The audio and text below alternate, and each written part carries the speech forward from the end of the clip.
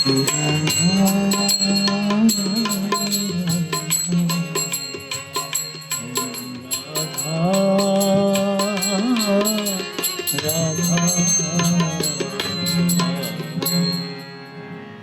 श्री वृंदावन बिहारी लाल की, श्री भागवत महापुराण की, श्री व्यास जी महाराज की जय जय। श्री राधे। परम मंगल में अखिल कोटि ब्रह्मांड नायक परात परब्रह्म परमेश्वर सच्चिदानंद भगवान ठाकुर श्री राधा रमन जी की असीम कृपा से आप और हम सबके कोई पूर्व जन्म का संकल्प उदय हुआ है, जो इस रस की भूमि पर, प्रेम की भूमि पर पूज्य महाराज श्री के सानिध्य में आज से लेकर के 7 दिनों तक हम लोग भागवत रस का पान करेंगे। तो प्रभु की कृपा से हम लोग ये भी बात कर रहे थे कि पिछली जो कथा गोरखपुर धाम में हुई, तो इस कथा की रचना तब से ही बन गई थी, माने 1 साल पूर्व से ही बन गई थी। तो हमारे बाबूजी श्री अनिल नरुला जी, हमारी मैया अनीता नरुला, शीलम दीदी और बच्चे, और इस संकल्प में हमारे पारस भैया, इनकी पूज्य माताश्री और पूज्य पिताश्री के उनकी दिव्य मधुर स्मृति में पूज्य माता श्रीमती प्रेमकांता शर्मा और पूज्य बाबूजी श्री सुभाष चंद्र शर्मा जी, तो उनकी मधुर स्मृति में भी ये पुण्य में भागवत का आयोजन हो रहा है। बड़ा सब लोग बड़ा सहयोग कर रहे हैं। तो मैं तो ये कहूँगा, सुबह से लेकर के हम लोग सब देख रहे हैं, किसी को रहने की व्यवस्था में थोड़ी दिक्कत हो रही है, कमरे की व्यवस्था नहीं है, माने अपने अकॉर्डिंग नहीं बन पा रहा है। ऐसा अक्सर होता है कि हम लोगों को जो सुविधा घर पे मिलती है वो नहीं मिलती है, लेकिन जो हम यहाँ से पुण्य अर्जित करके जाएंगे, हो सकता है इस जन्म में हमें पता नहीं लगे, लेकिन जब शरीर छोड़ करके जाएंगे भगवान के धाम में तो आपको पता लगेगा आपने क्या अर्जित किया है। तो थोड़ी बहुत समस्या तो है, तो बाहर में हम लोग 50 किलोमीटर में कोई अरेंज कर लें तो उसमें बड़ी दिक्कत आती है। ये तो हम लोग बड़ी दूर बैठे हैं, कोई 600 किलोमीटर से या कोई 700 किलोमीटर से है। तो मेरी ये प्रार्थना आप सभी को रहेगी, इस रस को पान करिएगा, खूब नाम रस में और भागवत जी का खूब आनंद लीजिए। पूज्य महाराज श्री जी के मुख से हम लोगों को ये सौभाग्य प्राप्त हो रहा है। तो मुझे ये लगता है इस रस के आगे छोटी मोटी दिक्कत कोई मायने नहीं रखती है। थोड़ा बहुत कष्ट आएगा तो हमारा हो सकता प्रारब्ध कट जाए। तो आप सभी को अनंत अनंत साधुवाद। अब मैं पूज्य महाराज श्री से प्रार्थना करूंगा कि इस भागवत, हाँ एक प्रार्थना रहेगी, अपने फ़ोन से आप लोग साइलेंट कर लीजिए, क्योंकि रस जब चलता है तो कोई डिस्टर्बेंस हो तो बड़ा बुरा फील होता है। तो आप अपने फ़ोन साइलेंट कर लीजिए। तो आइए हम ज़्यादा समय ना लेते हुए पूज्य महाराज श्री के श्री चरणों में प्रार्थना करते हैं कि आज इस समय पर जो हमें सौभाग्य प्राप्त हुआ है उस आनंद की ओर हमें ले चले। पूज्य महाराज श्री।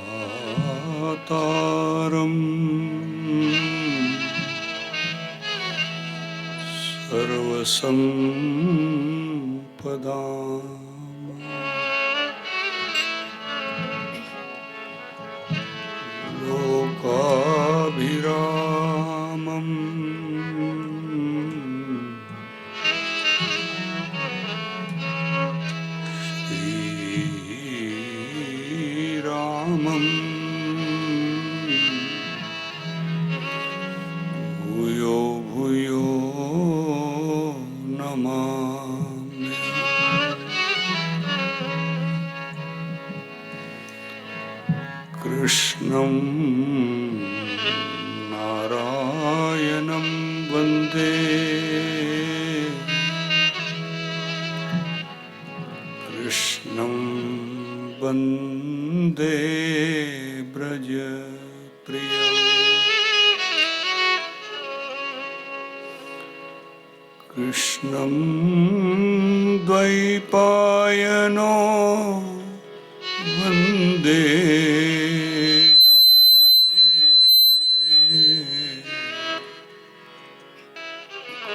कृष्णं वन्दे पृथासुतम्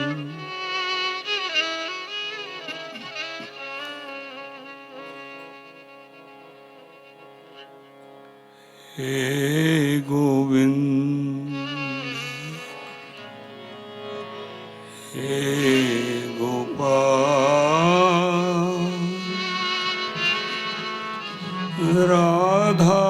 राधावल्लभ मदन गोपाल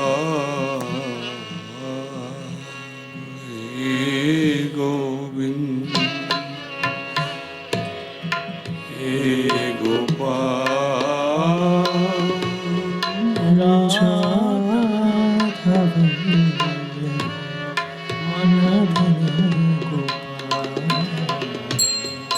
हे गोविंद हे गोपाल राधावल्लभ मदन गोपाल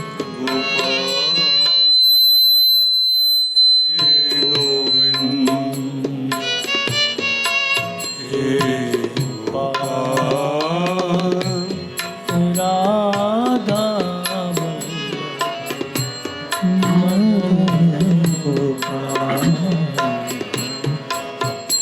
हे गोविंद हे गोपाल राधावल्लभ मदन गोपाल गाइए सभी हे गोपाल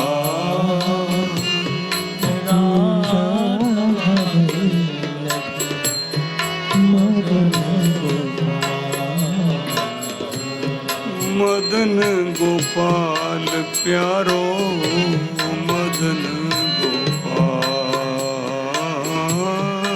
मदन गोपाल प्यारो मदन गोपाल मदन गोपाल प्यारो मदन गोपाल मदन गोपाल प्यारो मदन गोपाल हे गोविंद हे गोपाल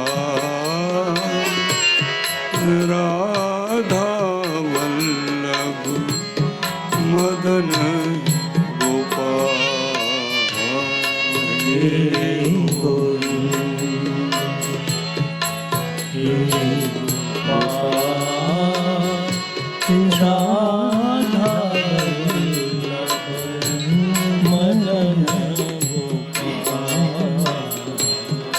मदन गोपाल प्यारो मदन गोपाल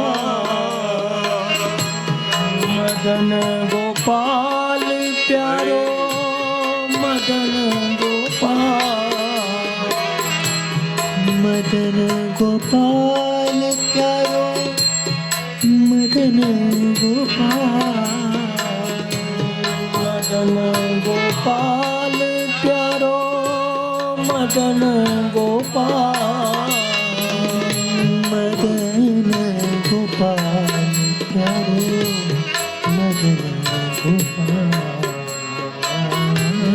मदन गोपाल प्यारो मदन गोपाल मदन गोपाल प्यारो मदन गोपाल मदन गोपाल प्यारो मदन गोपाल हे गोविंद हे गोपाल राधा गोपाल हे गोविंद हे गोपाल राधावल्लभ मदन गोपाल राधावल्लभ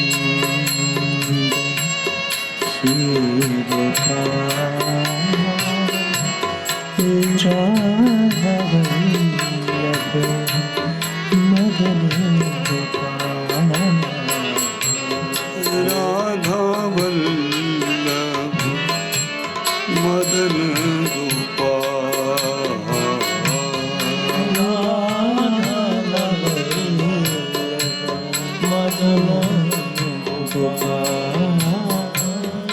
राधावल्लभ मदन गोपाल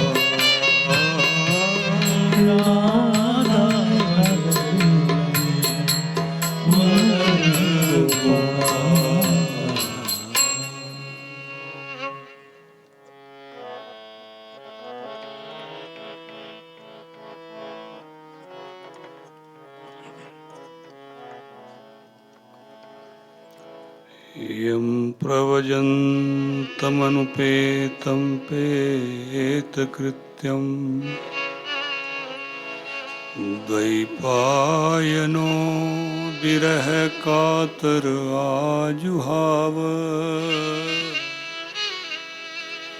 पुत्रेति तन्मयतया तरवोऽभिनेदु तं सर्वभूतहृदयं मुनिमानतोऽस्मि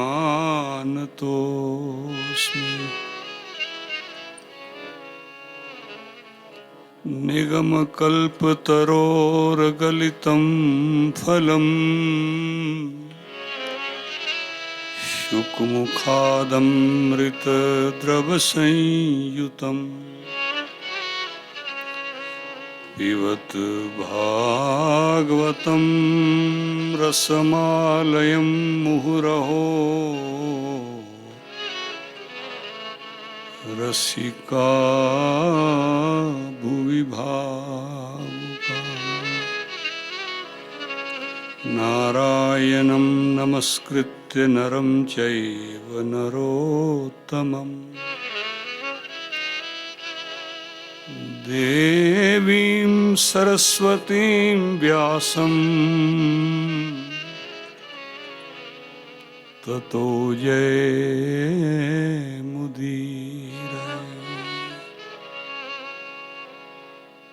बोलिए श्री वृंदावन बिहारी लाल की,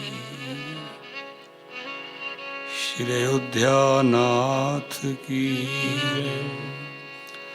श्रीमद् भागवत भगवान की, श्री सुखदेव भगवान की, श्री परीक्षित जी महाराज की, समस्त संत भक्त रसिकन की जय जय श्री राधे, जय जय श्री राधे, जय जय श्री राधे।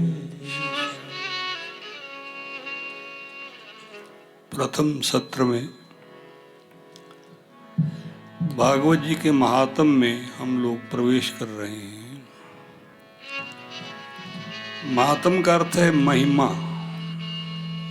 उस कथा की महिमा क्या है, आखिर हम सुने उसको तो उससे हमको क्या लाभ होगा।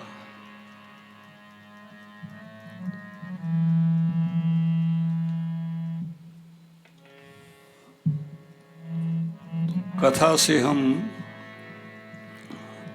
उसमें जो हम समय लगावें तो तो आखिर हमको क्या लाभ होगा उससे? देखो 5 लाभ भागवत जी ने बताए हैं। कौन कौन से 5 लाभ हैं? पहला लाभ है कथा के श्रवण करने से भगवान में हमारी रुचि पैदा हो जाती है। पहला लाभ। जो हमारी आरति है भगवान के प्रति, आरति मैंने जो प्रेम नहीं है हमारे हृदय में, वो प्रेम पैदा हो जाता है। ये भगवान की कथा का प्रभाव है। दूसरा लाभ इसका है वितृष्णा। हमारे भीतर में जो तृष्णा है, देखो तृष्णा क्या है? तृष्णा कभी बूढ़ी नहीं होती। शरीर बूढ़ा हो जाएगा, लेकिन तृष्णा कभी ना मरती है ना बूढ़ी होती है। बल्कि जो जो उम्र बढ़ेगी तृष्णा और जवान होती है।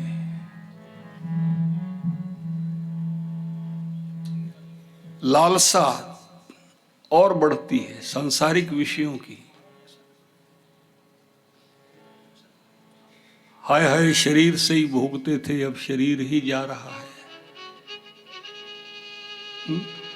संसार का पदार्थ वस्तु जितने भी मिल जाए, बोले अभी और चाहिए, और चाहिए, और चाहिए। कहीं भी संतुष्टि ना होना जीवन में, ये तृष्णा के कारण है। और तृष्णा के रहते हुए कोई पंडित हो जाए, सारे ग्रंथों को जान ले, लेकिन तृष्णा यूं की त्यों बनी रहे, तो उस पांडित्य से केवल लोक रंजन होगा, बस लाभ कुछ नहीं होगा। तो इसलिए तृष्णा जब तक है, ना सुख काजी पंडिता, ना सुख भूप भया। देखो एक आपकी जरूरत है, जरूरत की पूर्ति भगवान करेंगे। आपके जीवन में अगर आप ठीक से चलोगे तो जरूरत की पूर्ति भगवान जरूर कर देंगे, नीड्स जो हैं आपकी। लेकिन तृष्णा की पूर्ति भगवान भी नहीं कर सकते।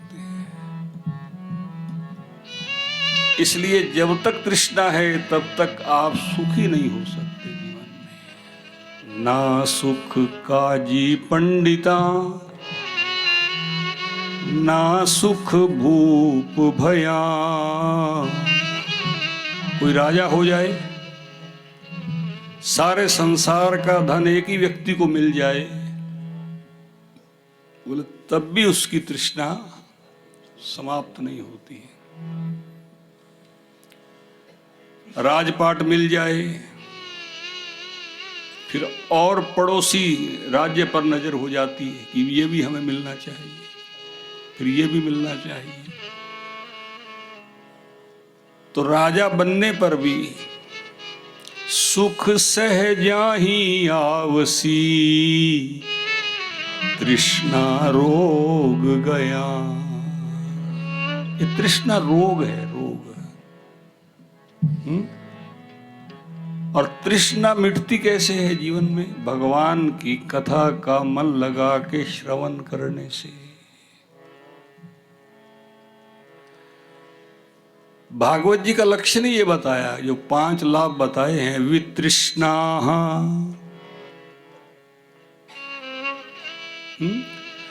तृष्णा मुक्त बुद्धि ही मुक्ति पद है। ये जो मुक्ति शब्द आप सुनते हैं ना, मुक्ति को ये नहीं कि मरकर आप मुक्त हो जाओगे, मुक्ति जीते जी हो जाती है।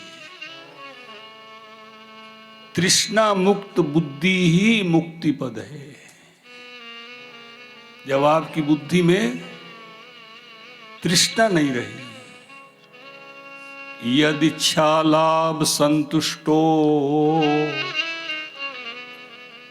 प्रयास करना है, पुरुषार्थ करना है, और भगवान की कृपा से जो प्राप्त हो गया उसमें संतुष्ट हो जाना है।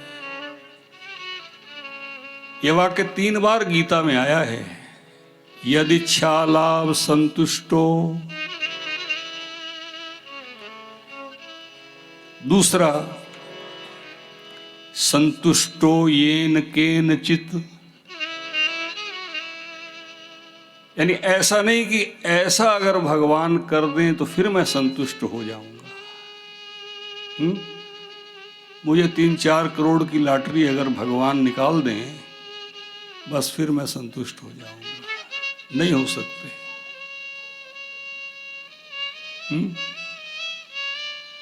बल्कि जीवन और खराब हो जाएगा। अरे केवल धन से किसने सुख पाया है जगत में? उसके साथ अगर विचार संस्कार जीवन में नहीं है, अच्छे संस्कार नहीं है, अच्छे विचार नहीं है, तो धन आपको और दुखी बना देगा। देखो, एक तो युवावस्था हो, युवावस्था में विकार ज्यादा पैदा होते हैं जीवन में। उस पर अगर धन नहीं मिला व्यक्ति को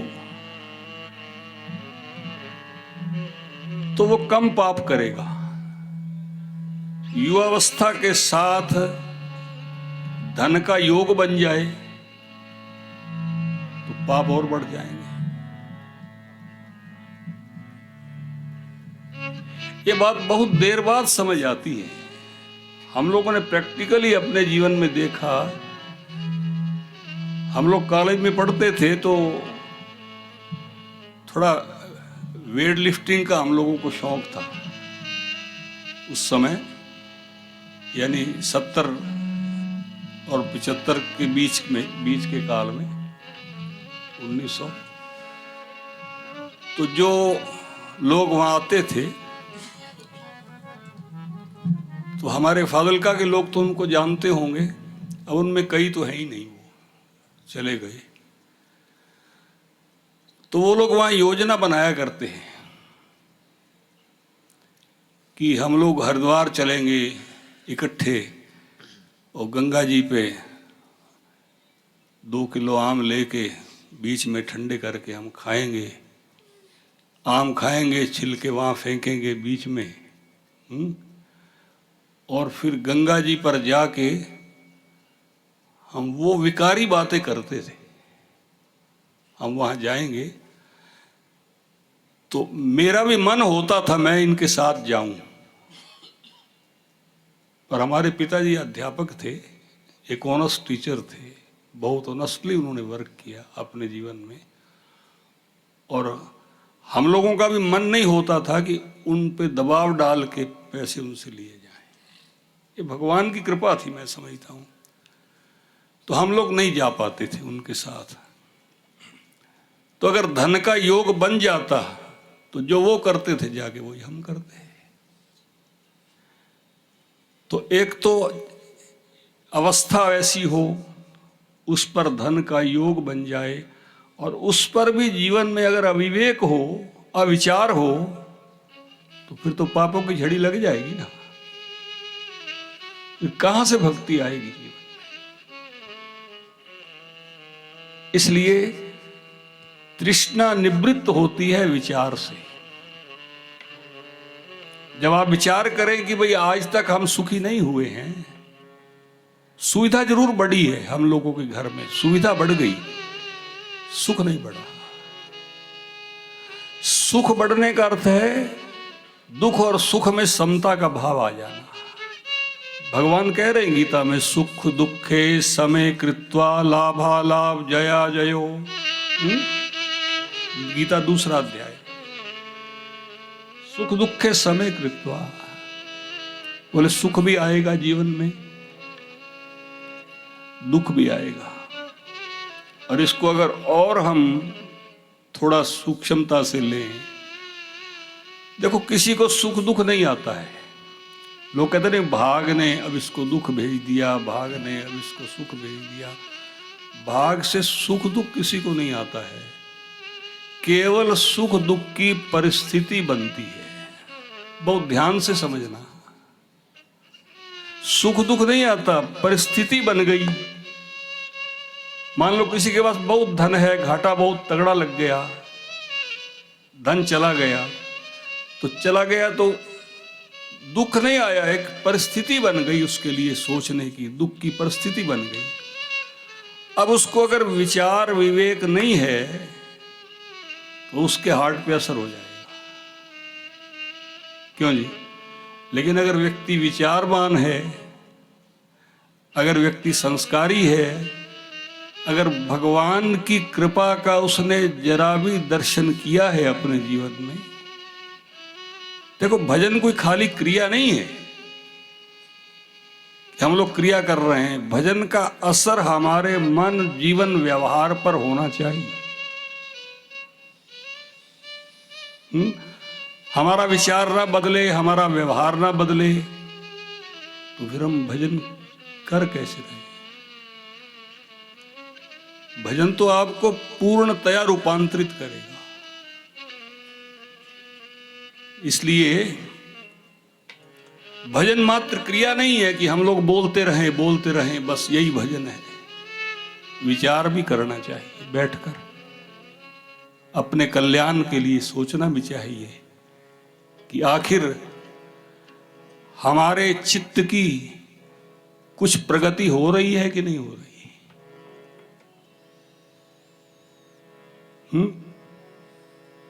हमारी शांति बढ़ रही है कि नहीं बढ़ रही है। भागवत जी ने भक्ति के 3 ही लक्षण बताए हैं। पहला लक्षण है अहेतुक्या अप्रतिहता ययात्मा संप्रसीदति। 3 लक्षण भागवत जी ने बताए हैं। एक तो भक्ति अहेतुक होती है। अहेतुक समझते हैं, बिना कामना के। चलो शुरू में कामना रहे भी तो कोई बात नहीं। स्टार्ट में क्योंकि समझ नहीं होती, विवेक विचार नहीं होता, तो हम कामना से भी भगवान में लग गए, तो समय पाके अगर आप भजन करते रहते हैं तो विभीषण जी कहते हैं, भगवान श्री राम से कहते हैं कि जब मैं लंका से चला था तो प्रभु मेरे भीतर वासनाएं थी, उर कछु प्रथम वासना रही।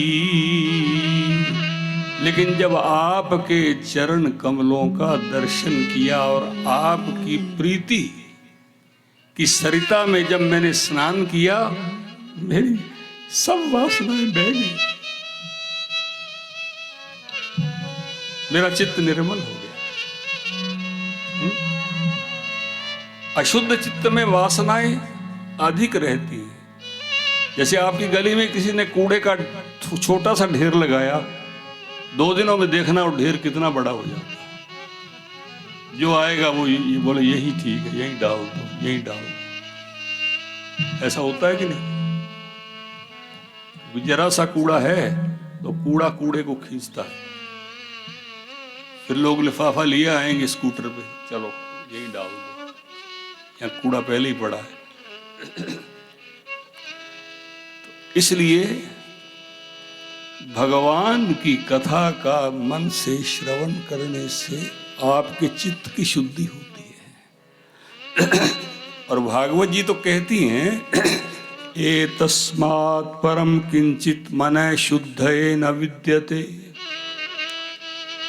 भागवत जी की कथा या भगवान राम जी की कथा या श्री कृष्ण की कथा भाव से श्रवण करने पर स्वाभाविक आपका चित्त निर्मल होगा ही होगा। बोले हमको कोई प्रयास करना पड़ेगा? बोले नहीं, केवल श्रवण करने से। एतस्मात् परम किंचित मनः शुद्धये न विद्यते। भागवत जी कहते हैं कि अन्य और कोई ऐसा सरल साधन नहीं है कि जिसके केवल यस्याह, जिसको श्रवण करने मात्र से भगवान श्री हरि हमारे हृदय में आके बैठ जाए। और बैठ ही नहीं जाए, भागवत जी कहते कि भगवान आके बंदी हो जाते हैं। बंदी, भाई आपके बंदी हो गए तो फिर तो आप छोड़ेंगे तो तब जाएंगे ना। जब तक आप नहीं छोड़ेंगे उनको, कैसे जाएंगे वो? तो इसलिए यस्य श्रवणात् पठनात्, भागवत का पाठ भी कर सकते हैं घर में, उसका असर भी दिखेगा आपको जीवन में। घर में गीता, रामायण, भागवत, ये 3 ग्रंथ हर हिंदू के घर में ही होने चाहिए। गीता जी में कम से कम 100 से ज्यादा टीकाएं हैं। 100 से भी अधिक टीकाएं गीता जी के हैं। कोई सरल टीका आप ले लें। टीका का अर्थ है जिसमें श्लोक का अर्थ दिया होगा नीचे, और फिर जिनके द्वारा वो टीका की गई है उसकी थोड़ी बहुत व्याख्या भी की होगी। जैसे इस्कॉन वालों ने गीता भक्ति परक छापी है, शांकरी गीता है। शंकराचार्य ने जो भाष्य किया है वो थोड़ा ज्ञान परक है। ऐसे ही हर महापुरुष ने, जिसने भी उसको टीका किया है, टीका का एक्सप्लेनेशन, उसका ट्रांसलेशन, तो उसने अपने भाव भी उसमें, राम सुखदास जी ने बहुत विस्तृत गीता पे, जिसका नाम है साधक संजीवनी, वो इतना बड़ा ग्रंथ है, उसमें उन्होंने बहुत विस्तार दिया है। तो गीता, रामचरितमानस, रामचरितमानस भी जरूर पढ़ना चाहिए जीवन में। रामचरित मानस ही नामा, सुनत श्रवण पाइये विश्रामा। बोले जिसको सुनने से मन को विश्राम मिलता है, शांति मिलती है, और क्या होता है? बोले मन करी विषय अनल बन जरई, मन करी विषय अनल बन जरई, मन करी विषय अनल बन जरई, मन करी विषय अनल बन। तीर्थ धाम की कथा का और आपके नगर में भी कथा होती है, तो उसका अंतर क्या रहता है?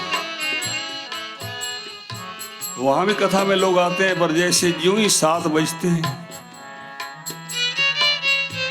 तो फिर घर, किसी को रोटी बनानी है, किसी को दाल बनानी है, किसी माता को कोई काम है, किसी का बच्चा ट्यूशन गया है, वो आने वाला है, तो इसलिए वहाँ ध्यान आपका बटा रहता है थोड़ा।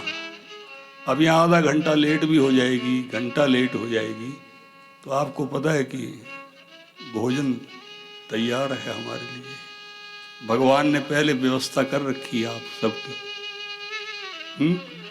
तो इसलिए आप आनंद से यहाँ भगवान की कथा का श्रवण कर सकते हैं। इसीलिए तीर्थ में कुछ दिन कोई गुजारे तो भजन की दृष्टि से गुजारे, ना कि खाली। एक बैंक के मैनेजर थे, तो हमारे नगर के ही थे वो, तो एक दिन वो गीता भवन में उन दिनों, हमारे गीता भवन है तो उन दिनों गीता जयंती पे कथा हो रही थी वहाँ। मैं ही 5 दिन के लिए बोल रहा था वहाँ। तो बोले मैं गीता पढ़ने की मेरी इच्छा है। तो मैंने कहा किस लिए आप गीता पढ़ना चाहते हैं? तो बोले बस जस्ट नॉलेज सेक। तो मैं कहा नॉलेज आपकी बढ़ जाएगी तो फिर उससे क्या हो जाएगा? वाद विवाद करेंगे। नॉलेज बढ़ने से ज्ञान नहीं होता, व्यक्ति को जानकारी होती है। जानकारी आपको बाहर से आती है, ज्ञान आपके शुद्ध आचरण से आपके जीवन में आता है। ज्ञान आपका स्वरूप है, ज्ञान बाहर से आता नहीं है। आप ज्ञान स्वरूप हैं, आपका स्वरूप ज्ञान है। हमारा ज्ञान अज्ञान से ढका हुआ है, आवृत है। ज्ञान तो सबके भीतर है ज्यों का त्यों, पर वो ढका हुआ है अज्ञान से। तो अज्ञान की निवृत्ति होती है, ज्ञान तो ज्यों का त्यों ही है। ये भगवान के भजन से, भगवान की कथा से आपके अज्ञान की निवृत्ति हो जाएगी। और ज्ञान तो आपका स्वरूप ही है। हमें कोई ज्ञानी थोड़े बनाता है, ज्ञानी तो हम स्वरूप से ही हैं। केवल अज्ञान के द्वारा हमारा ज्ञान ढका गया है, आवरण। उस आवरण को हम जो साधन करते हैं जीवन में, उससे वो आवरण हट जाता है। तो इसलिए वितृष्णा हो गया और चित्त की शुद्धि ये भी हो गया भगवान की कथा सुनने से। और भगवान के भक्तों से आपकी मैत्री हो जाती है। यानी आपका संग बदल देती है ये भगवान की कथा। और कथा भागवत जी में लिखा है कि 7 दिन आप नहीं सुन सके तो आप 6 दिन सुनिए, 6 नहीं तो 5, फिर 4, फिर 3, फिर 2, फिर 1 दिन तो बोले जरूर सुनिए। और बोले 1 दिन भी नहीं सुनी तो कुछ समय आके आप बैठिए और सुनिए, क्योंकि यहाँ का तो एक क्षण भी बड़ा दुर्लभ है। एक क्षण भी आपको बदल सकता है, आपके जीवन को बदल सकता है। इसलिए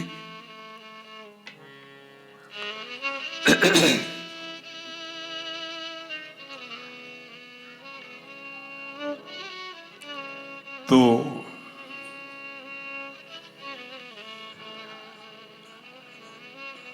भागवत जी का भी विस्तार बहुत है, रामचरितमानस का विस्तार भी बहुत है। हम लोग शॉर्ट में थोड़ा थोड़ा समय अनुसार लेते हैं उसमें से। तो भागवत जी का प्रथम श्लोक जो है,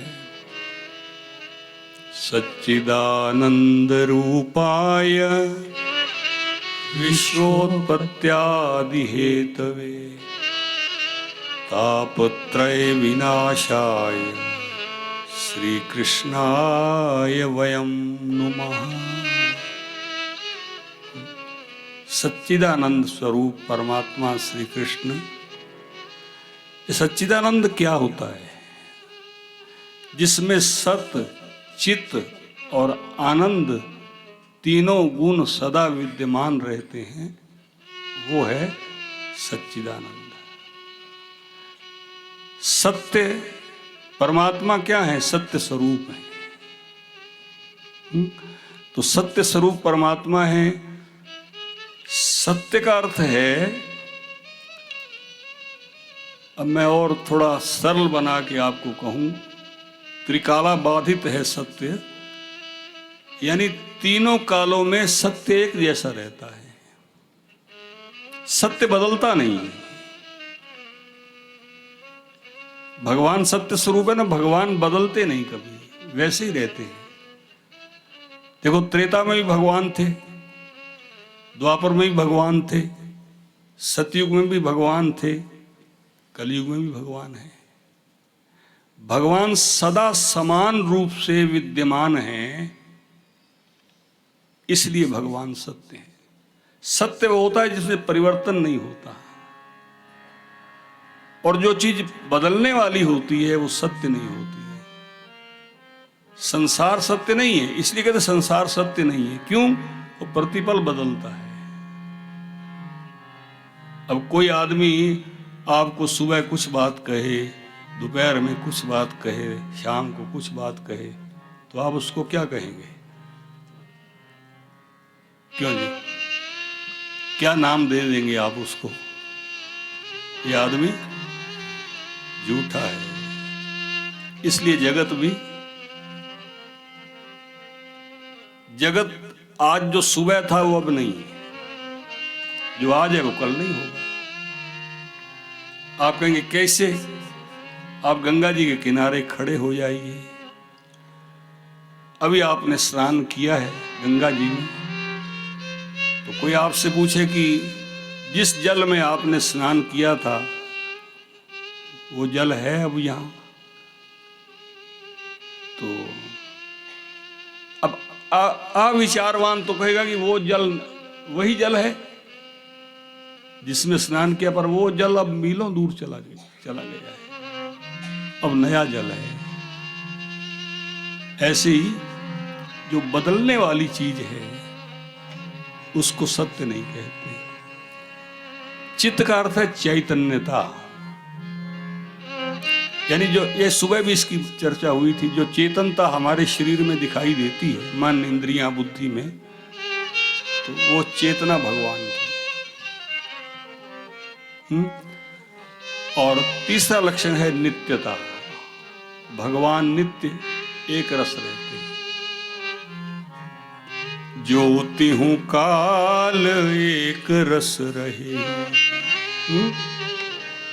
जो तीनों कालों में एक रस रहते हैं, ऐसे सच्चिदानंद श्री कृष्ण तापत्रय विनाशाय, तीनों तापों का हरण करने वाले। तीन ताप कौन से हैं जीवन में? दैहिक, दैविक, भौतिक तापा। दैविक, दैविक, भौतिक तापा। राम राज नहीं काहूं ही व्यापार, राम राज नहीं काहूं व्यापार। तो देह संबंधी ताप, शरीर बीमार रहता है, क्या करें? तो नींद नहीं आती, गोलियां खा के सोते हैं। तो शरीर संबंधी ताप पहला, दैहिक, इसको दैहिक ताप कहते हैं। दैविक, कोई प्रकृति का आपदा आ गई, जैसे इस बार हमारे पंजाब में पानी का बहुत खतरा हुआ, बहुत ज्यादा खतरा हुआ पंजाब में इस बार। सब तरफ डर था कि पानी इस बार लपेट में लेगा, लेकिन भगवान ने जहां जहां रक्षा की वहां वहां रक्षा हुई। तो दैविक आपदा आ गई कोई। अब दैविक आपदा क्या है? जैसे कोई प्लेन उड़ा था अहमदाबाद से, और वो उसमें जितने यात्री थे, जितने सारे के सारे इकट्ठे ही स्वा हो गए प्लेन में। ये न्यूज आप सब जानते हैं। दैविक ईश्वर की इच्छा से, वहां आप कुछ नहीं कर सकते। और भौतिक ताप, कोई अर्थ संबंधी चिंता आ गई, अर्थ की समस्या आ गई जीवन में, तो ये तीनों तापों से तापत्रय विनाशाय श्री कृष्णाय वयम नुमः, ऐसे सच्चिदानंद स्वरूप भगवान कृष्ण को हम प्रणाम करते हैं।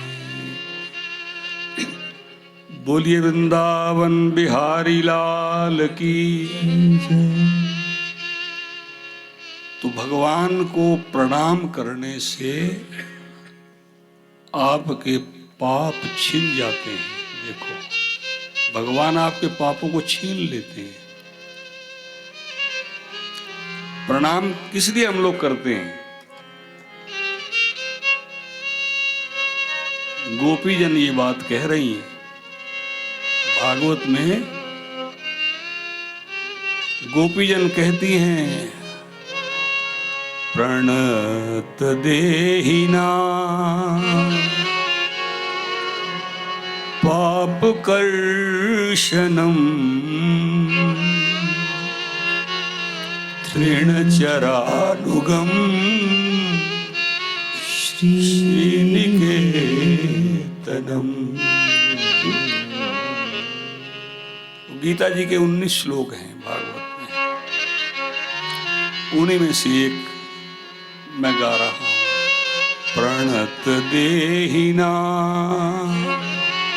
पाप कर्षणम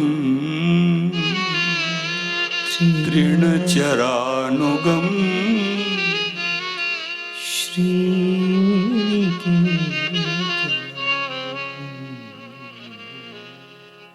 देखो, जैसे छोटे बच्चे के हाथ में माँ चाकू चक्कू देख ले, चाकू चक्कू जो भी आप बोलते हैं, नाइफ,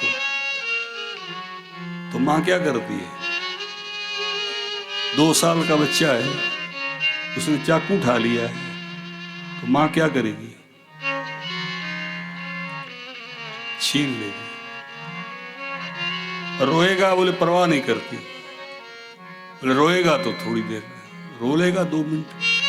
कि कहीं इसने अपना हाथ काट लिया या कहीं चोट इसको लग गई तो बड़ी समस्या हो जाएगी।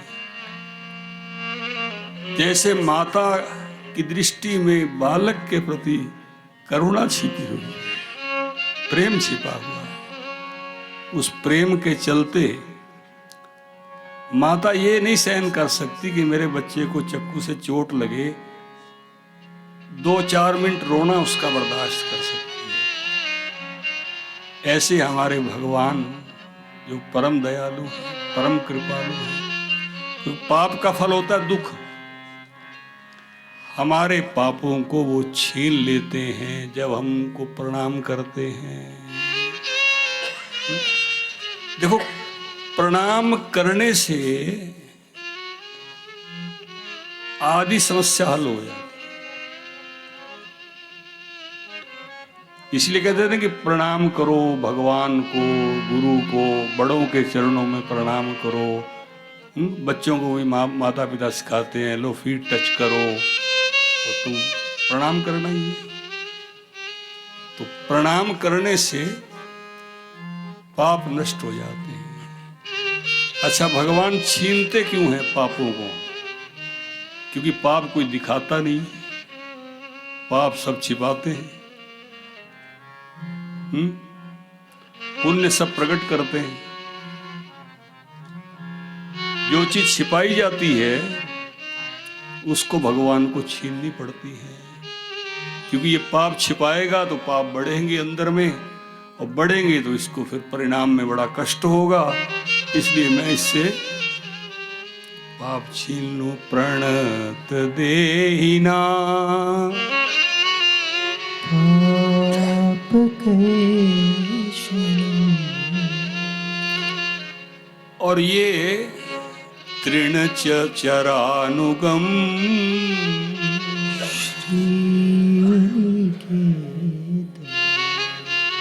ये गौओं के पीछे नंगे पांव चलने वाले चरण हैं। तृणचरानुगम, तृण चरने वाली गौओं के पीछे पीछे चलने वाले ये पावन चरण।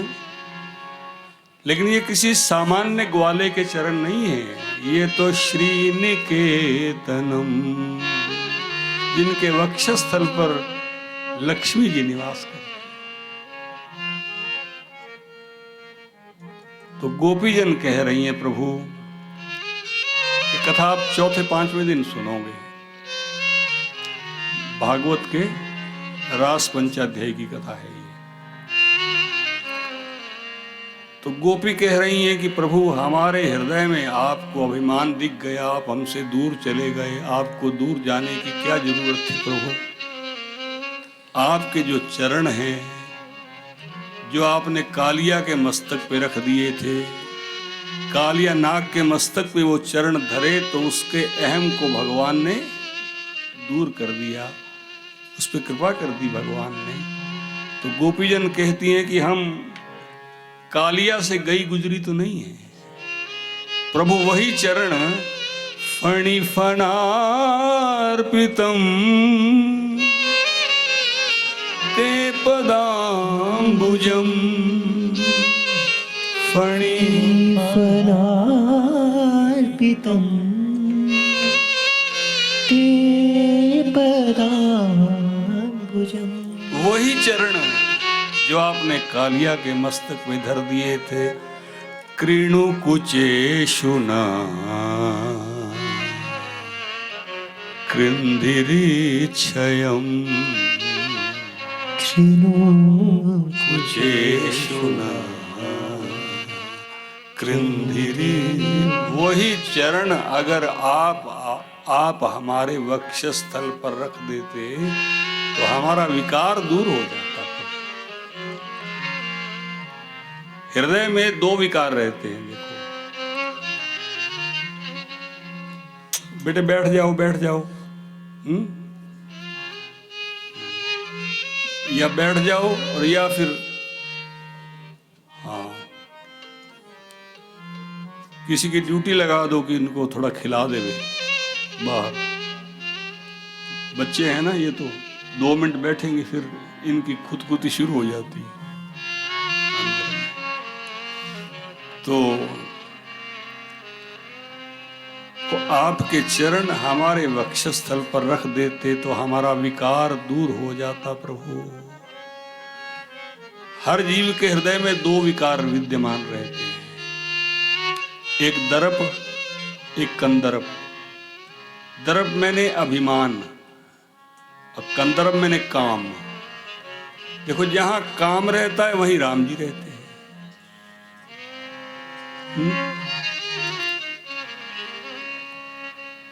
एक संत ने इस बात एक नवीन व्याख्या की है। ये जो एक दोहा आम चलता है ना, जहां राम तहां काम नहीं, जहां काम नहीं राम, तुलसी दो की रह सके रवि रजनी एक ठाव। तो उन्होंने कहा कि तुलसीदास जी का दोहा है ही नहीं है। तो बोले तुलसीदास जी की छाप तो लगी हुई है। तुलसी दो की रह सकई रवि रजनी एक ठाव। क्यों? बोले ये हरेक के चित्त में ये 2 विकार विद्यमान रहते ही हैं, दर्प और अभिमान। तो भगवान के चरण कमलों का स्मरण करने से इनका प्रभाव शिथिल हो जाता है, बस मिटते नहीं है। नास न पावही जन परितापी, इनका नाश नहीं होता, लेकिन ये थोड़े शिथिल हो जाते हैं भीतर में। जानहि ते छीजई कछु पापी। अच्छा, जानहि ते छीजई कछु पापी, हमको क्रोध आता है, हमने जान लिया कि हम क्रोधी हैं। लोग गलत गलत डिफेंस देंगे उसके, क्रोध करना तो वाजिब था, क्रोध इसलिए किया गया, क्रोध इसलिए किया गया। लेकिन जिस आदमी को अपनी भूल का एहसास हो जाता है कि भाई मैं आदमी क्रोधी हूं, वो क्रोध आने से पहले जरूर सजग हो जाएगा। देखो मैं तो क्रोधी आदमी हूं। भाई एक सज्जन हमारे कहा करते हैं, वो कहा करते हैं मैं तो ठहरा क्रोधी आदमी, बर्दाश्त होता नहीं, क्या करूं। तो कथा में बैठते थे वो सज्जन, तो उन्होंने सुन लिया कि जान ही ते। मैं कहा तुम जान तो लो कि तुम क्रोधी हो। तुम तो क्रोधी होते हुए भी ऐसा मानते हो कि मेरे क्रोध करना मेरा उचित था, उसके औचित्य बताते रहते हो, उसके डिफेंस बनाते रहते हो। गलती तो करोगे, गलती मानोगे नहीं। इसलिए अगर हम जान लें कि हम क्रोधी हैं, तो जानने भर से वो आपका क्रोध शिथिल हो जाएगा भीतर में। आप सजग हो जाएंगे। जब भी क्रोध का अवसर आएगा, आप कहेंगे भाई लो आ रहा है। पता लगता है कि नहीं आदमी को? देखो हर एक को पता लगता है, राक्षस आ रहा है, सावधान हो जाओ। आपके सावधान होते ही शिथिल हो जाएगा। देखो श्वास सबको आ रही है ना। श्वास आने जाने में आपका कोई श्रम है? कोई श्रम नहीं। स्वाभाविक आ भी रही है, जा भी रही है श्वास, पर स्वाभाविक जीवन भर आती जाती रहती है। जब नहीं आएगी तब तो फिर काम, फिर तो कहेगी अब रुक गया काम, बस गया काम से। लेकिन देखो ये भी एक साधना है। बताइए साधना। बोले श्वास को देखता नहीं कोई, श्वास आ जा रही ठीक है। अगर आप 1 मिनट अपनी श्वास को देखना शुरू कर दो ध्यान से, सांस आ रही है, जा रही है, आ रही है, जा रही है, तो 2 मिनट के बाद आप देखना कि आपका चित्त ठहर गया है। ये अभ्यास है श्वासों पर श्वास। श्वास का आना जाना तो है ही सबके शरीर में। लेकिन किसी दिन आप कहते हो कि आज भजन में बिल्कुल मन नहीं लग रहा है, मान लो चलो कोई रजोगुण आ गया, कोई तमोगुणी वृत्ति आ गई, नहीं लग रहा, तो आप 2-4 मिनट ये करके देख लेना। अपनी श्वास को आते जाते बस शांत होकर देखना है, करना कुछ नहीं। ऊपर नीचे हो रहा है बस। तो इसलिए उद्दरप और कंदरप जो दोनों हृदय में रहते हैं, तो गोपी जनों ने कहा प्रभु फणिफनार्पितम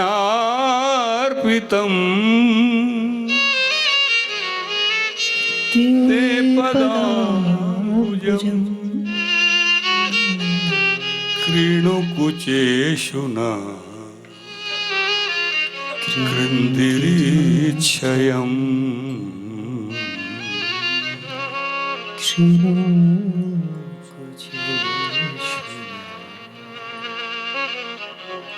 तो यही काम भगवान की कथा को श्रवण करने से होता है।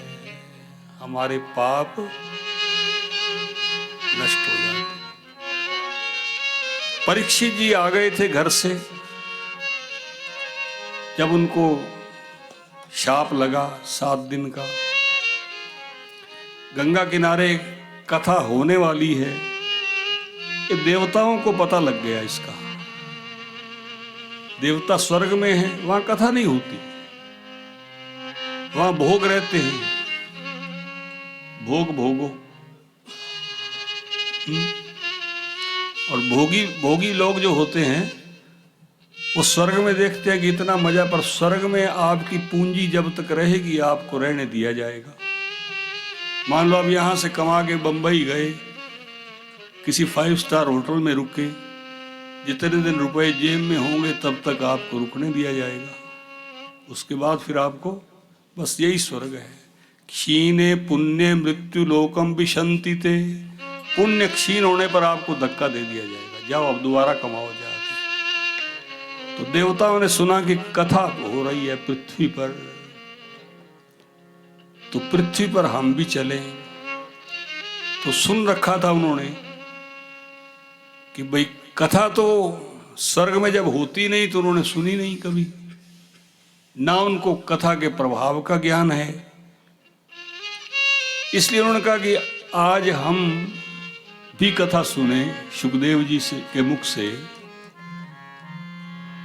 तो कथा के बाद हमको कुछ देना होगा। तो उन्होंने कहा हम क्या लेके जाएंगे? तो उन्होंने कहा हमारे पास अमृत होता है, भूमि पे वो अमृत नहीं होता। तो अमृत का कलश लेके देवता आए। सुखदेव जी अभी कथा शुरू करने जा ही रहे थे, देवताओं ने सुखदेव जी को प्रणाम किया और कहा कि आप हमसे थोड़ा विनिमय कर लीजिए, विनिमय एक्सचेंज कर लीजिए। यानी आप हमको कथा का दान दीजिए और परीक्षित जी मरने वाले, हम इनको स्वर्ग का अमृत पिलाएंगे, इनके प्राण बच जाएंगे, इनको कथा की जरूरत नहीं रहेगी। इसलिए इनको कथा सुनाने की आपको जरूरत नहीं है, हम इनके प्राणों की रक्षा कर देते हैं अमृत पिला के, और कथा का दान आप हमको दे दीजिए। सुखदेव जी ने कहा देवताओं, एक्सचेंज बराबर की वस्तु में होता है।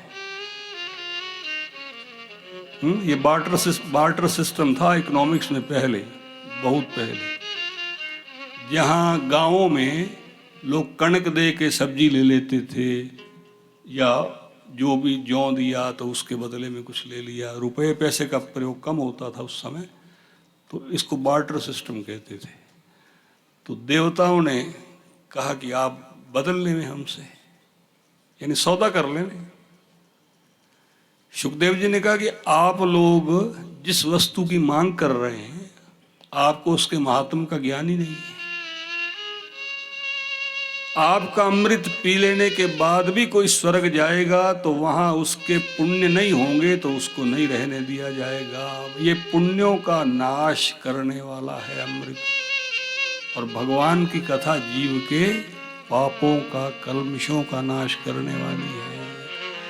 तो एक वस्तु पापों का नाश करने वाली, एक वस्तु पुण्यों का नाश करने वाली। तो इसलिए सुखदेव जी ने उनको कथा का अनाधिकारी समझा। आप अधिकारी नहीं कथा के। अब देखो कथा कितनी ऊंची चीज है, कितनी कीमती चीज है।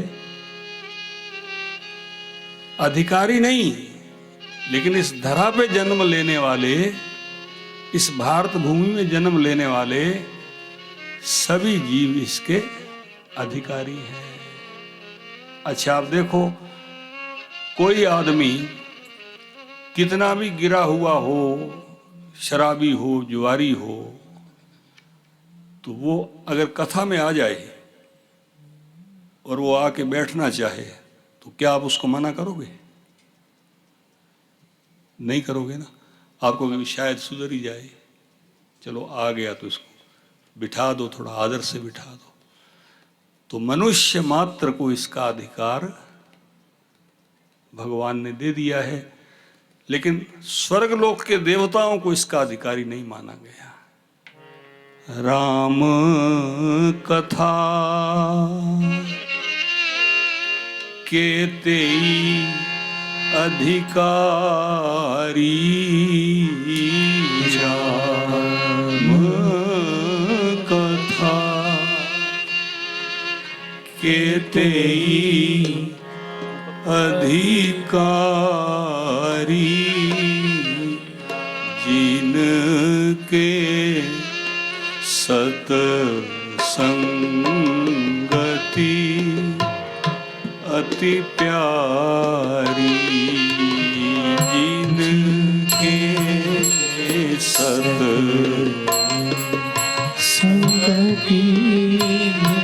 अति प्यारी, जिनके सत संगति अति प्यारी, जिनके सत संगति अति प्यारी, कहूँ ये है विशेष सुखदाई,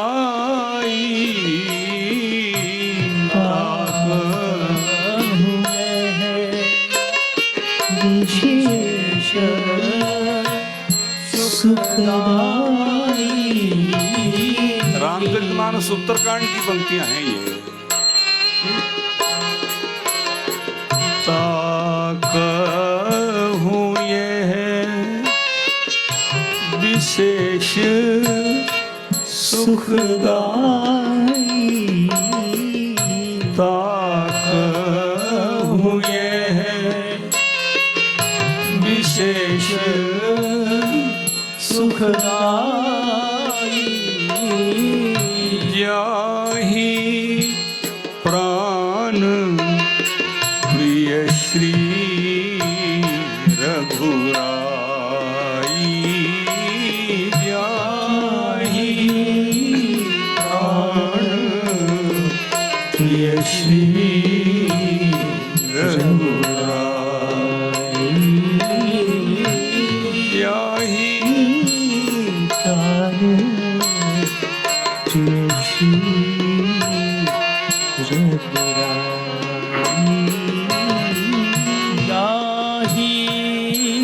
प्राण प्रिय श्री रघुराई।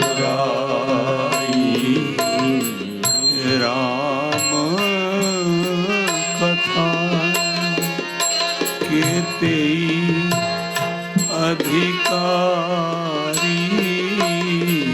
राम कथा केते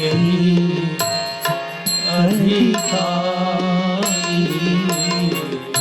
जिनके सत संगति अति प्यारी, जिनके सत संगति अति प्यारी। बिनु सत्संग न हरि कथा। हरि कथा में प्रवेश तब तक नहीं मिलता जब तक हमारे जीवन में सत्संग का प्रभाव नहीं। सत्संग मन लगा के जिन लोगों ने किया उनके जीवन में भगवान की कथा उतर गई। जो कथा में सैकड़ों लोग बैठते हैं, कथा किसी किसी के हृदय में बैठती है। और जिसके हृदय में कथा बैठ जाती है, अनायास उसके जीवन में सद्गुण भी आने लग जाते हैं। भागवत जी कहते हैं, यस्यास्ति भक्ति भगवत्य किंचना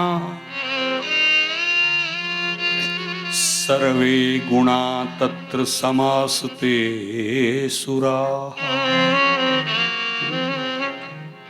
यस्यास्ति भक्ति भगवत्य किंचना, जिस अकिंचन भाव से भजन करने वाले के हृदय में भगवान की भक्ति का प्रादुर्भाव हो जाता है, वहां सब गुण आके डेरा डाल देते हैं। हराव अभक्तस्य कुतो महत गुणा, भगवान की भक्ति किए बिना कोई महत गुणों की कल्पना भी कैसे कर सकता है। विशेष गुण नहीं आते जीवन में तब तक। हराव भक्तस्य कुतो महत गुणा, मनोरथेन आस्तो धावते बही। जब आपके मन पर कोई ना कोई संसार का मनोरथ ही विद्यमान रहेगा, चढ़ा रहेगा उस पे। हमारे मन रूपी रथ पर क्या रहता है? कोई ना कोई मनोरथ उसकी सवारी कर रहा होता है। कोई ना कोई इच्छा, कोई ना कोई कामना। तो मन रूपी मनोर्थ, तो मनोर्थ आपकी बुद्धि को बाहर ले जाता है, आत्मा से दूर ले जाता है। भगवान गीता में कहते हैं आत्मनि एव आत्मना तुष्टः। अर्जुन, तू अपने आप में संतुष्टि वाला हो, यानी अपने आप में तू इतना संतुष्ट हो और मनोवृत्तियां बाहर ही भागेंगी, महत गुण कहां से आएंगे जीवन में। आस्ति धावतो बही, इसलिए भजन से अंतर्मुखता भी आती है जीवन में। भगवान की कथा श्रवण करने से आप भजन करने लगे। देखो, अग्नि पर किया हुआ जल जिसको हम गर्म कर देते हैं, वो सदा गर्म नहीं रहता है, ठंडा हो जाएगा, अपने पूर्ववत स्वभाव में आ जाएगा। ऐसे ही कोई सत्संग, कोई कथा सदा तो आप सुनते नहीं हैं। क्यों जी? सुनी कुछ दिन उसका असर रहेगा आपके दिमाग पर, और फिर हमारा चित्त पूर्ववत अपने स्वभाव में धीरे धीरे आ जाएगा।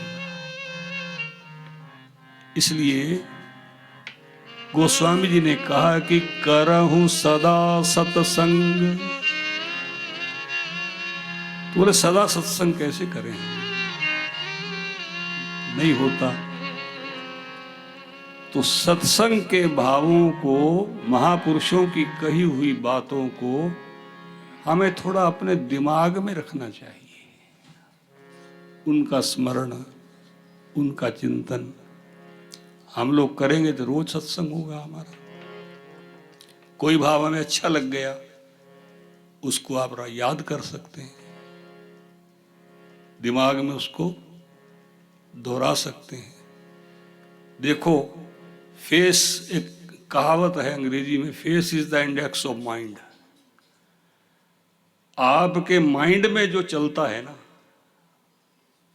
उसका प्रभाव आपके फेस पर भी होता है, आपके चेहरे पर भी। आप टेंशन में हैं तो टेंशन में हैं तो आपके चेहरे पर भी वो, कोई पूछ लेगा आपसे कि भाई क्या बात हो गई, आज आप कुछ असहज से हैं। तो संसार में तो लोग छिपा जाते हैं ना, वो कहते हैं कि नहीं नहीं कुछ नहीं है, ऐसा नहीं, तो बताते नहीं हैं, लेकिन होता तो है कुछ। तो जो आपके दिमाग में चलता है उसका प्रभाव आपके चेहरे पर भी स्वाभाविक आ जाता है। एक बार एक व्यक्ति को, देखो कैसे आता है वो, किसी भोले बालक की तस्वीर बनानी थी उसको। कोई चित्रकार था, तो उसको कहा कि आप किसी ऐसे भोले भाले बालक की तस्वीर बनाओ जिसको देख के लोगों के भाव में परिवर्तन होने लग जाए। तो उसने कहा कोई मुझे ऐसा बालक मिले तो मैं एक एक चीज उतार दूं उसमें, अपने चित्र में। कई बड़े कुशल चित्रकार होते हैं, एक एक वस्तु उतार देते हैं। राजस्थान के एक व्यक्ति का हमने एक चित्र देखा था, वो किसी महिला का चित्र उसने बनाया था और पत्थर पर ही उसने उसका घूंघट भी बना दिया। ऐसी उसकी बारीक चित्रकारी थी, यहाँ उसने उसको बना दिया। तो उसे कोई बालक मिल जाए तो मैं उसको देखकर सामने बिठा के उसका हूबहू चित्र उतार दूंगा। तो एक दिन वो घूम रहा था किसी गांव में, कोई बालक लकड़ी इकट्ठी कर रहा था, गरीब परिवार से था, बड़ा भोला भाला मासूम सा। उसने कहा ये बच्चा हो सकता है। मेरा जो लक्ष्य है। उसने हूबहू उसका चित्र बनाया और वो चित्र इतना बिका उसका, और जो देखता उसको बड़ी शांति मिलती उस चित्र को देख के, ऐसा वो चित्र था। तो अब सालों बीत गए, अब उसके मन में आया कि अब इसके विपरीत मैं चित्र बनाऊं, यानी कोई खूंखार चित्र बनाऊं। तो अब उसने कहा कि भाई ऐसे व्यक्ति तो आपको जेलों में मिल सकते हैं, आप जेलों में जाइए, वहां मिलेंगे। तो लगभग 20-25 वर्ष उस बात को बीत गए थे जब उसने बालक का चित्र बनाया था। तो फिर वो जेल में गया, उसने कई लोगों को देखा, फिर आखिर में उसको एक बहुत भयंकर, जिसकी शक्ल देखकर ही व्यक्ति को डर लगता था, ऐसा व्यक्ति मिला। तो उसने डरते डरते उसको कहा कि मैं आपका चित्र बनाना चाहता हूं। उसने कहा कि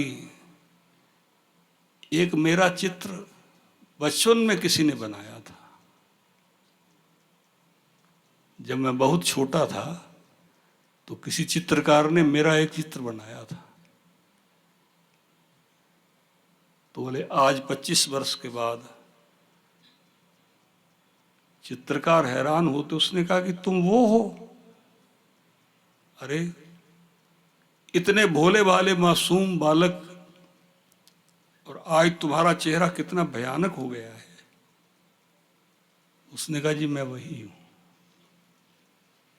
बोले कहानी सुनाओ तुम्हारी।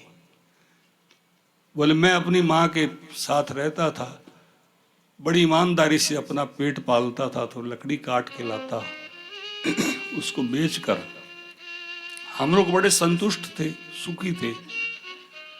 एक दिन कोई डाकुओं का गिरोह आ गया।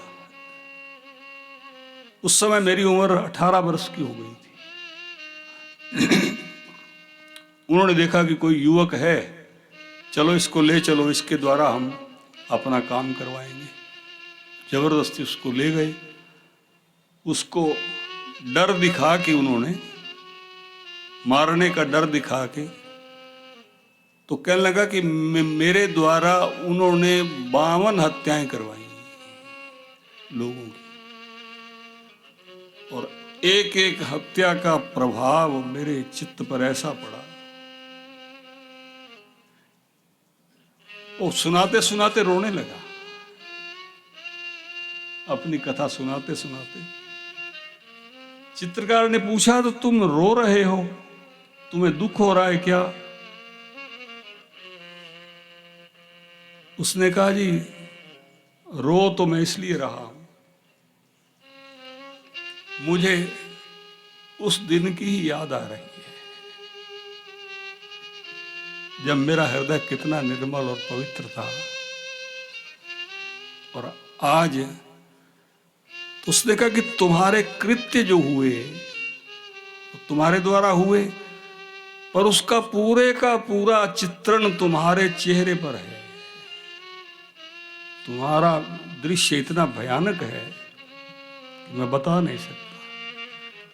तो कहने का अभिप्राय कि व्यक्ति के कर्म, व्यक्ति के विचार और व्यक्ति के भीतर के भावों का असर उसकी मुखाकृति पर भी होता है। जब कोई भीतर से शांत है ना, तो चेहरे पर भी उसकी शांति आपको दिखाई देगी।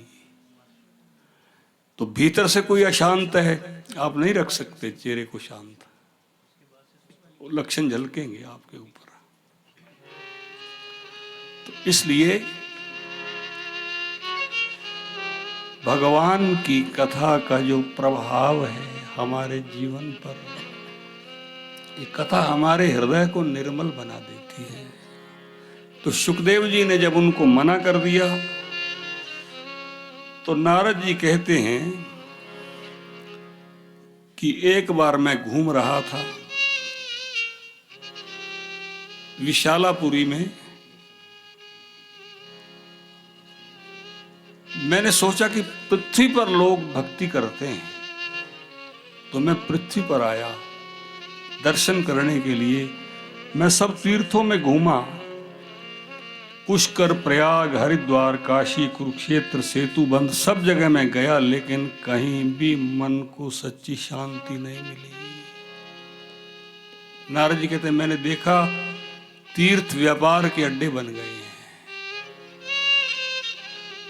ब्राह्मण लोग लोभ के कारण कन लोभेन गेहे गृहे गेहे भागवती वार्ता, वो कथा का विक्रय करने लगे हैं, बेचने लगे हैं। कितने लाख का पैकेज है कथा का? 4 लाख का, 5 लाख का, 6 लाख का कथा का। और आप सुन के हैरान हो जाओगे, जिन लोगों की कथाएं आप सेलिब्रिटी के रूप में सुनते हैं।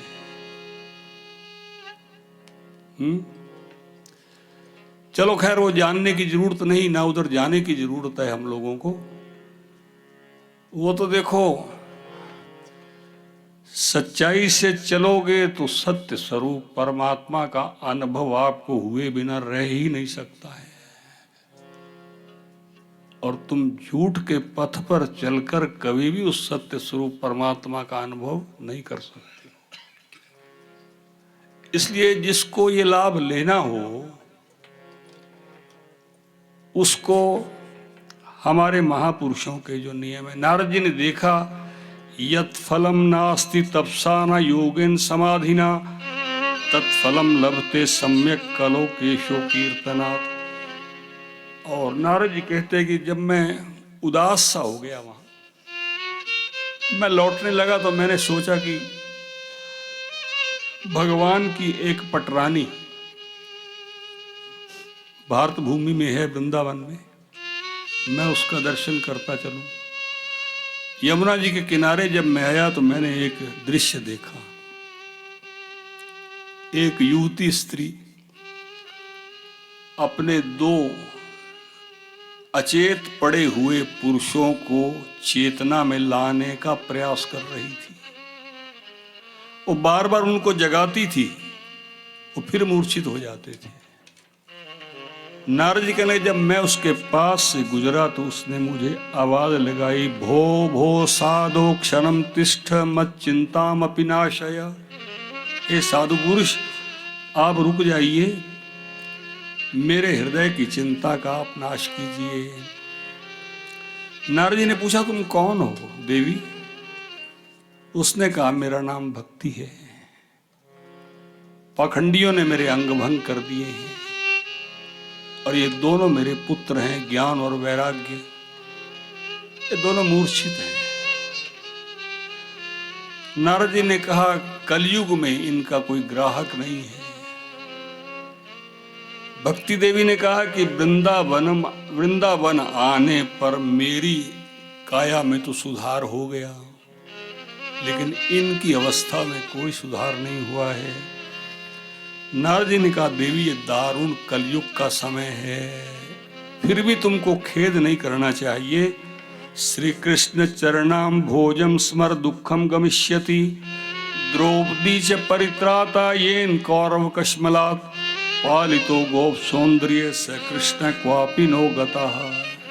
देवी तुम खेद मत करो, चिंता भी मत करो, भगवान श्री कृष्ण के चरण कमलों का स्मरण करो, तुम्हारा दुख दूर हो जाएगा।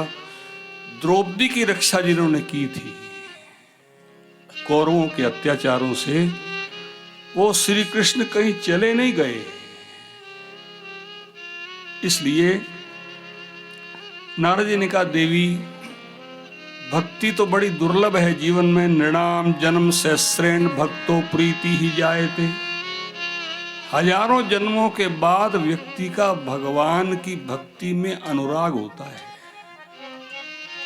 हजारों जन्म,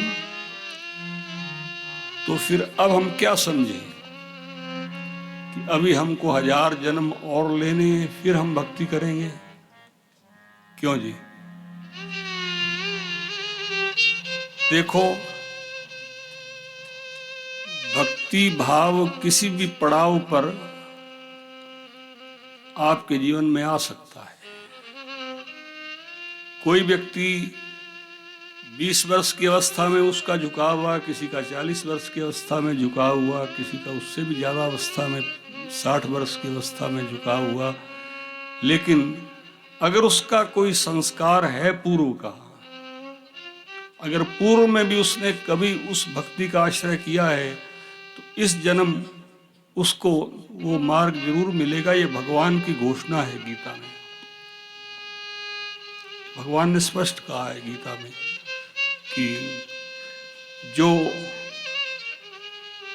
मेरे पथ पर आरूढ़ हो गए, भक्ति के पथ पर आरूढ़ हो गए, एक बार वो पथ भ्रष्ट भी हो गए, उस पथ से गिर भी पड़े, तो अर्जुन ने ये प्रश्न किया था कि क्या फिर उनकी जो स्थिति है, गति है, वो तेज हवा जैसे बादलों को छिन्न भिन्न करके इधर उधर उड़ा देती है, क्या उनकी वही स्थिति होती है? भगवान ने कहा नहीं, एक बार भी जो मेरे इस पथ पर आरूढ़ हो गया है अर्जुन, उसका नाश नहीं होता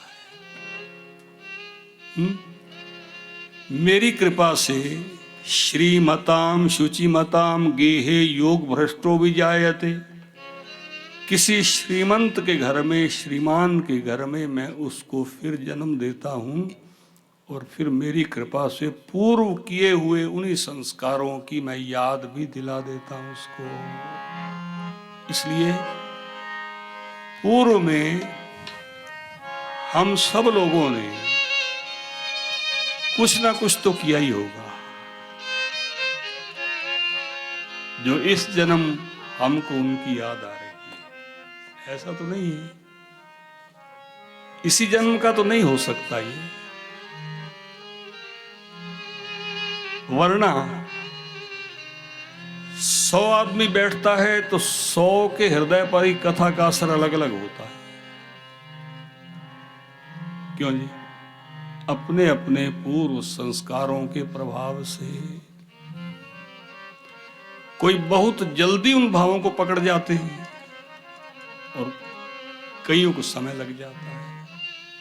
लेकिन गीता जी कहते कोई बात नहीं, शनय शनय उपरमेत बुद्धया, कि धीरे धीरे जब तुम भगवान की कथा का श्रवण करोगे मन लगा के, तो तुम्हारी बुद्धि में विचार आएगा, उपरामता आएगी, और फिर तुम मुझे याद करने लगोगे। इसलिए नारद जी ने जब भक्ति देवी को प्रवचन सुनाया तो भक्ति देवी को पुष्ट कर दिया। अब उसने कहा कि मेरे इन पुत्रों को भी आप जगा दीजिए। नारद जी वेद वेदांत घोष गीता पाठ सब कुछ करने लगे, लेकिन उनकी दशा में कोई सुधार नहीं हुआ। आकाशवाणी हुई, आकाशवाणी ने कहा कि नारद जी, इनको जगाने के लिए आपको कोई अलग सत्कर्म करना पड़ेगा। तो नारद जी सोच में पड़ गए कि आकाशवाणी ने सत्कर्म का नाम तो बताया नहीं, बस इतना ही कहा कि अलग सत्कर्म करना पड़ेगा। तो उन्होंने, नारद जी ने निश्चय किया कि मैं निश्चित इनको जगाने के लिए बद्रीवन में जाके तप करूंगा। और नारद जी जो ही बद्रीवन पहुंचे, वहाँ चारों भाइयों का, सनकादिक आदि ऋषियों का उनको दर्शन हुआ। ये मंदिर पास वाले गए थे ना, वहाँ चित्र था सनकादिक जी चारों भाइयों का। वो चारों भाई सदा बालक रूप में रहते हैं। देखिए बालक बहुकालीना, देखिए बालक बहुकालीना। वो थे तो 5-5 वर्ष के बच्चे लगते थे, लेकिन उनका दर्शन करने पर ऐसा लगता था कि इनकी आयु सैकड़ों वर्ष हो गई, क्योंकि इनकी बातें बड़ी प्रौढ़ हैं। ये जो बात कहते हैं बड़ी प्रौढ़ कहते हैं, और उनके रूप को देख के तो ऐसा लगता था, रूप धरही जनु चारे हूँ वेद रूप जनु चारे समदर्शी मुनि विगत विभेदा समदर्शी मुनि विगत आशा बसन व्यसन यह तिनहि आशा व्यसन यह तिनहि। उनके जीवन में एक ही आशा है, उनको एक व्यसन लगा हुआ है। व्यसन समझते हैं ना? वैल, पंजाबी आपने कहा वैल, वैल लग गया है। क्या व्यसन लगा है? रघुपति चरित होई ताहाँ सुनहि। रघुपति चरित होई ताहाँ सुनहि। भगवान की कथा के वो चारों ही रसिक हैं। ये व्यसन उनको लगा, चारों ही वक्ता हैं। एक सुनाने लगते तो 3 श्रोता हो जाते हैं, दूसरे सुनाने लगते हैं तो दूसरे 3 श्रोता हो जाते हैं। और नारद जी को दर्शन हुआ। नारद जी ने प्रणाम किया। ये नारद जी के भाई हैं चारों, ये भी ब्रह्मा जी के ही मानस पुत्र हैं और नारद जी भी ब्रह्मा जी के मानस पुत्र हैं। तो इसलिए नारद जी के भाई हैं, लेकिन उनके ज्ञान को प्रणाम किया नारद जी ने। और ज्ञान को प्रणाम करके नारद जी ने आकाशवाणी के विषय में पूछा कि कौन सा सत्कर्म करना चाहिए उनको जगाने का। पहले तो उन्होंने नारद जी की प्रशंसा किया। हो नारद धन्योसी विरक्ता नाम शिरोमणि सदा श्री कृष्ण दासा नाम अग्रणी। आप नारद जी भगवान श्री कृष्ण के दासों में सबसे ऊपर नंबर आपका है। आप तो योग के भास्कर हैं, सूर्य हैं। इसलिए आपके लिए जिस सत्कर्म का उपदेश किया है आकाशवाणी ने, वो श्रीमद् भागवत का सप्ताह है पारायण। ये सप्ताह कथा वहीं से शुरू हुई है। सबसे पहले नारद जी ने ही उस सप्ताह का आयोजन किया था। कहाँ किया था? गंगा द्वार समीपे तु तटम आनंद नामकम। अब देखिए आप, भक्ति देवी और उनके पुत्र तो यमुना जी के तट पे पड़े हुए हैं, और नारद जी ने कथा का आयोजन कहाँ किया? हरिद्वार में। गंगा द्वार समीपे तु तटम आनंद नामकम। तो हरिद्वार में यूं ही इस कथा का आजकल तो एडवर्टाइज करना पड़ता है ना, उस पे डाल, उस पे डाल, उस पे डाल, उस पे डाल। इस कथा का शोर तीनों लोकों में मच गया। नारद जी आयोजक, और जिस कथा के आयोजक नारद जी, वहां सारी नदियां स्त्रियों का रूप ले लेके आने लगी। गंगा, गायत्री देवी, सब सरस्वती, यमुना, कावेरी सब आने लगी। और बड़े बड़े ऋषि, अमलात्मा, महात्मा उस कथा का श्रवण करने के लिए। तो ये महात्म की कथा पहले, सनकादि जी जो ही बैठे तो महात्म की कथा पहले हुई। पर यहां नारद जी ने एक तर्क किया सनकादिक ऋषियों के सन्मुख कि भगवान, मैंने उनको वेद, वेदांत घोष, गीता पाठ सब कुछ सुनाया, और भागवत भी तो वेदों के सार से ही बनी हुई कथा है। वेदोपनिषदो सारा जाता भागवती कथा। सनकादिक आदि ऋषियों ने कहा नारद जी आप बिल्कुल ठीक कह रहे हैं, यद्यपि उसके सार से बनी है, लेकिन फिर भी अत्युत्तमा ततो भाति पृथक भूता फलाकृति, फिर भी इसका फल उनसे अलग है। क्यों? भागवत जी वेद रूपी वृक्ष का पका हुआ फल है, फल। और जो रस फल में होता है वो रस वृक्ष में नहीं होता है। आम का पका हुआ फल जब आता है वृक्ष से, तो उसको खाने से जो स्वाद आपको प्राप्त होता है, अब कोई कहे कि चलो वृक्ष से ही तो फल बना है, तो मैं इसकी टाहनी काट के चबाता हूं, तो टहनी काट के चबाएगा तो दांत तो भले टूट जाए उसका, लेकिन रस तो उससे तो बना तो उसी वृक्ष के रस से है। तो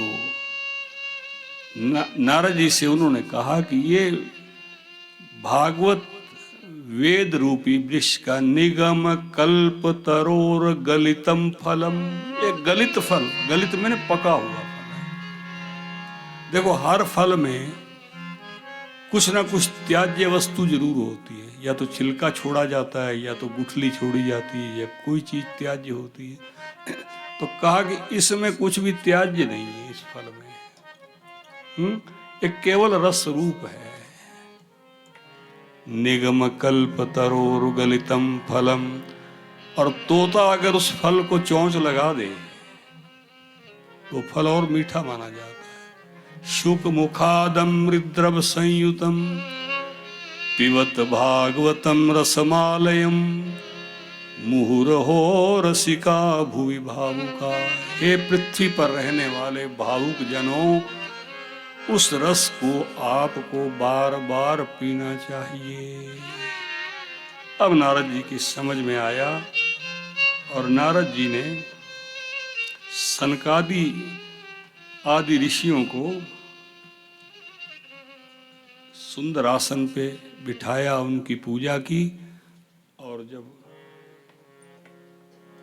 अब समय का आज ध्यान नहीं होगा हमको,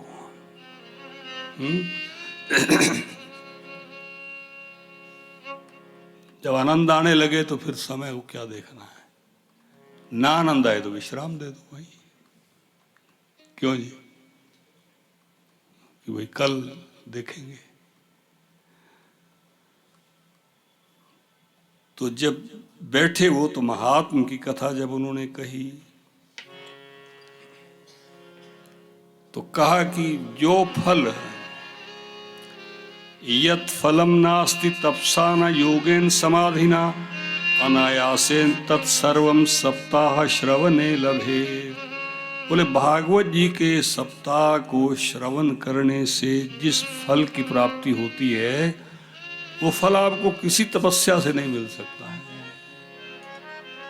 यत् फलम नास्ति तपसा न योगेन न समाधिना, आप समाधि भी लगा लो, उससे भी आपको वो फल की प्राप्ति नहीं होगी जो अनायास आपको प्राप्त हो जाएगा। तो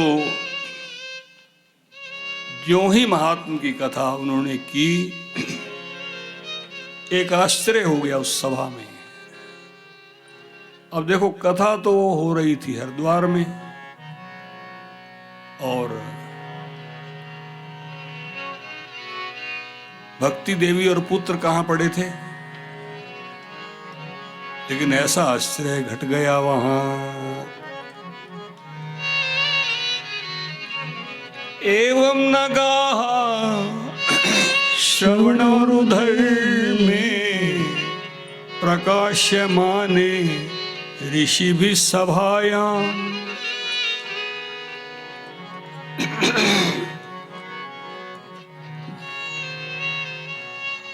अब क्या आश्चर्य हुआ वहां। आश्चर्येकं संभूत दानी तदुच्यते संशृणु शौनकत्वम। भक्ति देवी दोनों पुत्रों के संग नृत्य करती हुई उस सभा में आ गई है। क्या गा रही थी भक्ति देवी? श्री कृष्ण गोविंद हरे मुरारे, हे नाथ नारायण वासुदेव। श्री कृष्ण गोविंद हरे मुरारे, हे नाथ नारायण वासुदेव। श्री कृष्ण गोविंद हरे मुरारे, हे नाथ नारायण वासुदेव। श्री कृष्ण गोविंद हरे मुरारे, हे नाथ नारायण वासुदेव। भक्ति सुतौ तौ तरुणो गृहीत्वा, प्रेमैकरूपा सहसा विरासी। भक्ति सुतौ तो तरुणो गृहीत्वा, प्रेमैकरूपा सहसा विरासी।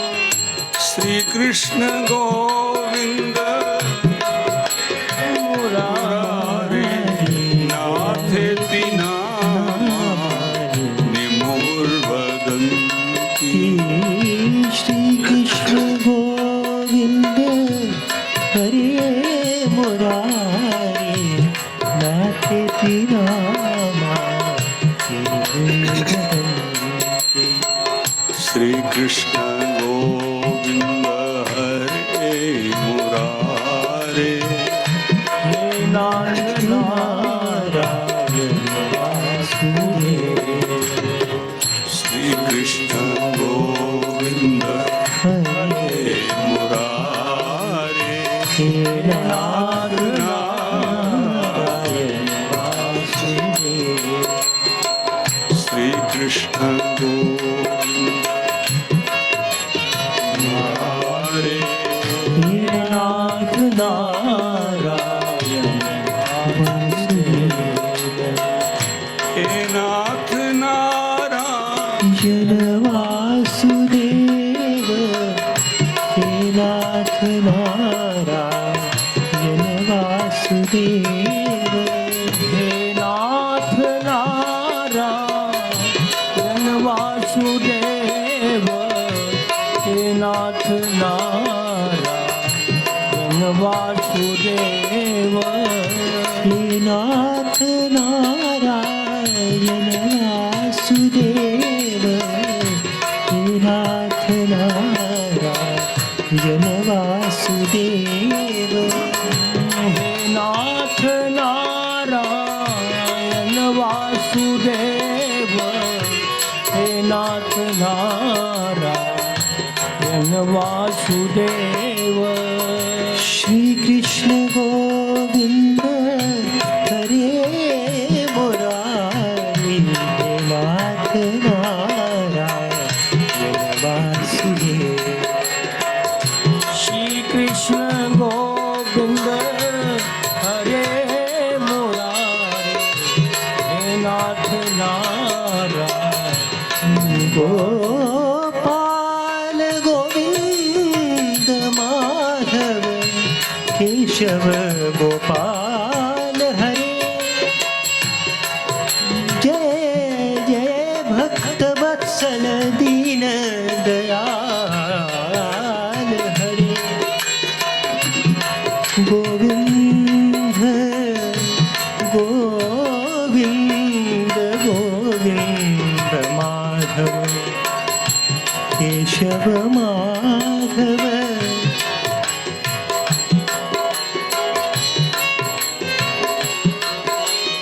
जय जय राधा रमन हरि बोल, जय जय राधा रमन हरि बोल। जय जय राधा रमन हरि बोल, जय जय राधा रमन हरि बोल। जय जय राधा रमन हरि बोल, जय जय राधा रमन हरि बोल, जय जय राधा रमन हरि बोल, जय जय राधा रमन हरि बोल, जय जय राधा रमन हरि बोल, जय जय राधा रमन हरि बोल, जय जय राधा रमन हरि बोल, जय जय राधा रमन हरि बोल, जय जय राधा रमन हरि बोल, जय जय राधा रमन हरि बोल, जय जय राधा रमन हरि बोल, जय जय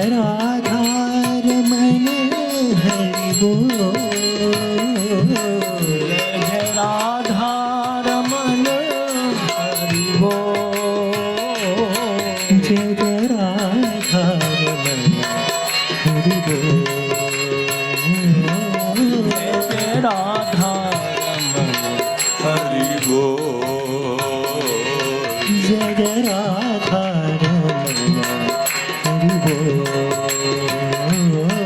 जय जय राधा रमन हरि बोल, जय जय राधा रमन हरि बोल, जय राधा रमन हरि बोल, जय जय राधा रमन हरि बोल, जय जय राधा रमन हरि बोल, हरि बोल हरि बोल, हरि बोल हरि बोल, हरि बोल हरि बोल, हरि बोल हरि बोल, हरि बोल हरि बोल, हरि बोल हरि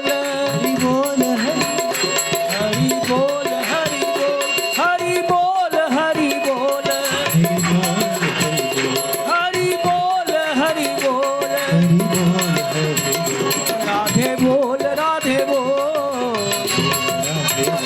राधे बोल राधे बोल राधे बोल, राधे बोल राधे बोल, राधे बोल हरि बोल हरि बोल, हरि बोल हरि बोल, हरि बोल हरि बोल, राधे बोल राधे बोल, राधे बोल राधे बोल, जय जय श्री राधा रमन, जय जय नवल किशोर, जय गोपी चित चोर प्रभु, जय गोपी चित चोर प्रभु, जय ब्रज माखन चोर, जय ब्रज, जय ब्रज, जय ब्रज माखन चोर, जय ब्रज माखन चोर, जय जय राधा रमन हरि बोल, जय जय राधा रमन हरि